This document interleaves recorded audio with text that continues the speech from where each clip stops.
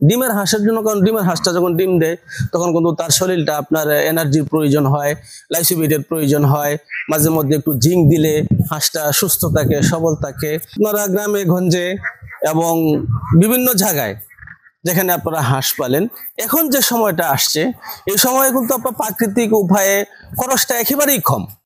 আসসালামু আলাইকুম ওয়া রাহমাতুল্লাহি ওয়া বারাকাতুহু। দেশ ও দেশের বাহির থেকে যারা দেখছেন আমার ভিডিওগুলা, হযরত শাহজালাল রহমতুল্লাহ আলাইহি হাঁসের খামার এন্ড হ্যাচারির পক্ষ থেকে আপনাদেরকে স্বাগত। আশা করি আজকের ভিডিওটা দেখে আপনি খুশি হবেন। আজকে এমন একটা জায়গায় আপনাদেরকে নিয়ে আসছি, একটা নতুন জায়গায় নিয়ে আসছি, নতুন একটা গল্পে নিয়ে আসছি। যারা গ্রামগঞ্জে হাঁস পালেন, বিল অথবা এরকম পতিত জমিন থাকে বা আমন ফসল হওয়ার পরে যারা মাঠগুলো খালি থাকে, এই সময় যারা আপনারা হাঁস পালেন বা পালবেন, তাদের জন্য আজকে সেই ভিডিওটা। তাহলে চলুন আমরা আজকে আমাদের এই আমন ধান কাটার পরে যে হাওরে প্রাকৃতিক অবস্থায় যে হাঁস পালা হয়, ওই হাঁসগুলো কি পরিমাণ ডিম দেয় এবং কিভাবে সেগুলোকে পরিচর্যা করা হয়, সেগুলো আমরা আজকে আমাদের খামারের মুখ থেকে শুনবো। তাহলে আমরা আসুন আমাদের খামারের মুখ থেকে সে কথাগুলো শুনি।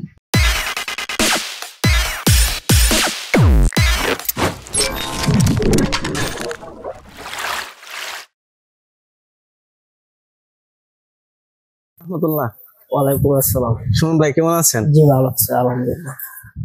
আপনি তো প্রতি বছরই আমাদের এখান থেকে বাচ্চা আনেন। জি, এইভাবে প্রাকৃতিক অবস্থায় যে আপনি পালেন, আজকে কি দর্শকদের উদ্দেশ্যে বলবেন যে আপনি প্রাকৃতিক অবস্থা পাললে হাঁসের ডিম কি পরিমাণ আসে? জি ইনশাল্লাহ বলবো।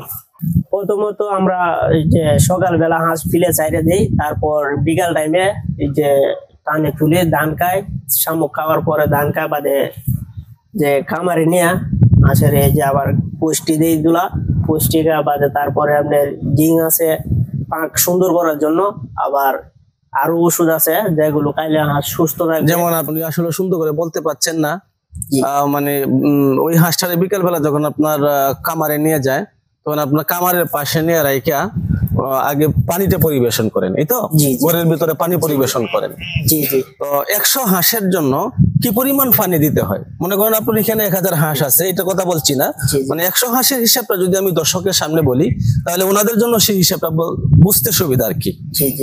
সেজন্য বলছি যে আপনি বিকাল বেলা যে আপনার ডিমের হাঁসের জন্য যে আপনার খামারের ভিতরে যে পানিটা ব্যবহার করেন, 100 হাঁসের জন্য কতটুকু পানি দিতে হয়? 100 হাঁসের জন্য আপনার 10 লিটার পানি দিতে হবে। 10 লিটার পানি দিলে বেশি হয়ে যায় না? বেশি হবে না, মানে আমরা তো আমাদের তো একটা হিসাব আছে, অর্থাৎ আমরা যারা খামারি আমরা তো আপনার 5 লিটার পানি দিই। যে আমরা একটা বলে দিয়ে দেখি, অনুমান করে দিয়ে দেয় না দর্শক, আসলে ওনারা তো অনুমান করে দিয়ে দেয়। আর আমাদের সরকারি একটা হিসাব হলো, এবং আমাদের আমরা যারা পুরাতন খামারি, আমাদের একটা হিসাব হলো যে 100 হাঁসের জন্য 5 লিটার পানি, আপনার 5 গ্রাম লাইসোবিট, তারপরে আপনার 10 গ্রাম বিটা জিঙ্ক দিয়ে আমরা পানিটা তৈরি করি। ওই পানিটা আমরা সন্ধ্যা থেকে আপনার রাতের 10টার ভিতরেই পানিগুলো শেষ করে ফেলে, কারণ এগুলো তো অনেক সুস্বাদু, হাঁসে আপনার সেগুলো খুব দ্রুত খায় এবং এগুলো খাওয়ার পরে আপনার ডিমের জন্য খুব উদ্বুদ্ধ হয়। সম্মানিত দর্শক, আজকে বলার উদ্দেশ্য হলো যে আপনারা গ্রামে গঞ্জে এবং বিভিন্ন জায়গায় যেখানে আপনারা হাঁস পালেন, এখন যে সময়টা আসছে এই সময়ে কিন্তু আপনার প্রাকৃতিক উপায়ে খরচটা একেবারেই কম।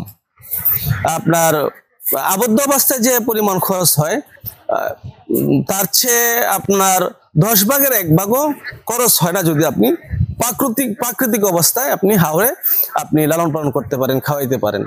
সম্মানিত দর্শক, আজকে আমরা যে হাঁসটা আপনাদের সামনে নিয়ে এসেছি, ওই হাঁসটা আমাদের ডিমের মুখামুখি চলে আসছে, এখনো ডিম আসেনি। তো আমাদের বিভিন্ন জায়গায় বিভিন্ন খামার থেকে, আমাদের হযরত শাহজালাল রহমতুল্লাহ আলাইহি হাঁসের খামার এন্ড হ্যাচারি থেকে আমরা একদিনের বাচ্চা থেকে নিয়ে একেবারে আপনার 1 মাস 2 মাস 3 মাস 4 মাস 5 মাস রানিং ডিম পর্যন্ত সারা দেশে আমরা সরবরাহ করে থাকি। সম্মানিত দর্শক, আমাদের শুধু হাঁস বিক্রয় করা আমাদের উদ্দেশ্য না, আমাদের উদ্দেশ্য হলো যে সারা বাংলাদেশে কিভাবে আপনার সফল খামারি তৈরি হয়। সফল খামারি তৈরি করা হলো আমাদের একটা মুখ্য উদ্দেশ্য। কত সুন্দর লাগে হাঁসগুলো আপনার চড়তেছে। জানাতে চাচ্ছি যে এই যে হাঁসগুলো ওইগুলো খাকি ক্যাম্বেল এবং জেন্ডি, এই হাঁসগুলোর কিন্তু একটা বৈশিষ্ট্য রয়েছে। আপনার একটা হাঁসকে ছেড়ে আরেকটা হাঁস অন্য কোথাও যায় না। দেখুন কিভাবে তারা ওই যে প্রাকৃতিক উপায়ে আপনার দল ভেদে খাবার খাচ্ছে। ওই হাঁসগুলোর অভ্যাসটা ওই রকম যে তারা একটা হাঁসকে রেখে অন্যদিকে যাবে না, বরং তারা যেদিকেই যায় তারা আপনার একদিকেই চলে যায়। প্রাকৃতিক উপায়ে বলেন বা আবদ্ধ অবস্থা বলেন, এই হাঁসগুলো আপনার একটা অভ্যাস এরকম ভালো যে তারা একে অন্যকে রেখে যায় না। আর সেই হাঁসগুলো আপনার ডিমের জন্য সারা বাংলাদেশ থেকে আপনারা প্রশ্ন করেন যে ভাই ডিমের জন্য কোন হাঁসগুলো ভালো, তো ডিমের জন্য কিন্তু আপনার খাকি ক্যাম্বেল এবং জেন্ডিং এর উপরে কোনো হাঁস নেই। যে অবস্থানটা আমি আপনাদের সামনে উপস্থিত করেছি, আপনারা খামারের মুখ থেকেও শুনেছেন। এইভাবে যদি আপনারা হাঁসগুলোকে ফালতে পারেন, আমরা সকালবেলা হাঁসটারে খামার থেকে ছেড়ে দিই, বিলে কত সময় থাকে, তারপরে বিল থেকে উঠায়া পরে আপনার ওই যে আমন ধানের যেখানে আপনার কাটা হচ্ছে ওইখানে আমরা ছেড়ে দিই। এইভাবে সারাদিন ওইখানে থাকে। এরপরে আপনার যখন খামারে নেওয়া হয়, খামারে নেওয়ার পরে যে কি কি করতে হয় এটা তো আপনি খামারের মুখ থেকে শুনেছেন। আমিও আপনাদেরকে বলতেছি যে আপনি হাঁসটারে খাওয়ানোর পরে ওইখানে ওই যে আমন ধান খাচ্ছে, আপনার মাঝে মধ্যে কিন্তু আপনার পানির পিপাসা হয়।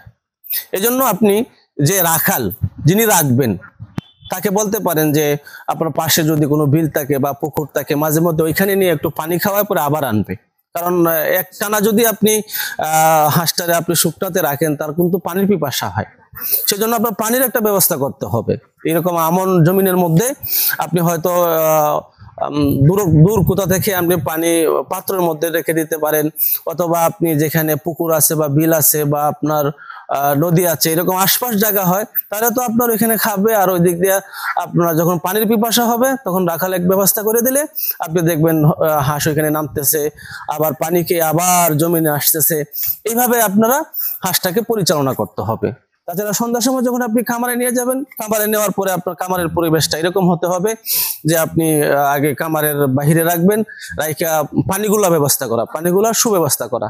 পানিগুলা কিভাবে ব্যবস্থা করবেন তো আমরা খামারের মুখ থেকে শুনছি। আমি আবারও বলতেছি আপনাদেরকে যে 100 হাঁসের জন্য ডিমের হাঁস, যেটা ডিমের হাঁসের জন্য, কারণ ডিমের হাঁসটা যখন ডিম দেয় তখন কিন্তু তার শরীরটা আপনার এনার্জির প্রয়োজন হয়, লাইসোবিটের প্রয়োজন হয়। মাঝে মধ্যে একটু জিঙ্ক দিলে হাঁসটা সুস্থ থাকে, সবল থাকে, ডিমের জন্য ভালো উদ্বুদ্ধ হয়। এই জন্য আপনি সন্ধ্যার সময় পানিটা আপনি খামারে দিবেন, আর খামারে পানিটা পরিবেশন করে পরে হাঁসগুলো ঢোকাবেন। সন্ধ্যার পর থেকে রাতে 10টার ভিতরে আপনি এই পানিটা যদি হাঁসগুলোকে খাওয়ান তাহলে হাঁসগুলো সবল থাকবে এবং সুস্থ থাকবে এবং ভালো থাকবে এবং ডিমের জন্য ভালো উদ্বুদ্ধ হবে। সেজন্য বলবো দর্শক, আমাদের এই প্রাকৃতিক অবস্থায় খেয়ে কিন্তু আজকে আমাদের হাঁসগুলো আপনার 80%, 85%, 90% ডিম কিন্তু আমাদের আসতেছে, আলহামদুলিল্লাহ। বাকি আপনাদের সামনে আবারও যদি কোনো নতুন ভিডিও আমরা পাই, নতুন কোনো তথ্য পাই, আমরা আপনাদের সামনে আসব। আজকের ভিডিওটা এই পর্যন্তই। হযরত শাহজালাল রহমতুল্লাহ হাঁসের খামার এন্ড হ্যাচারির পক্ষ থেকে আপনাদেরকে স্বাগতম জানিয়ে আজকের ভিডিওর পর্ব এখানে শেষ করছি। আপনারা যারা আমাদের এই শাহজালাল রহমতুল্লাহ হাঁসের খামার এন্ড হ্যাচারির ভিডিওগুলো দেখেন, আপনাদেরকে স্বাগতম জানিয়ে এখানে শেষ করলাম। আসসালামু আলাইকুম রহমতুল্লাহ।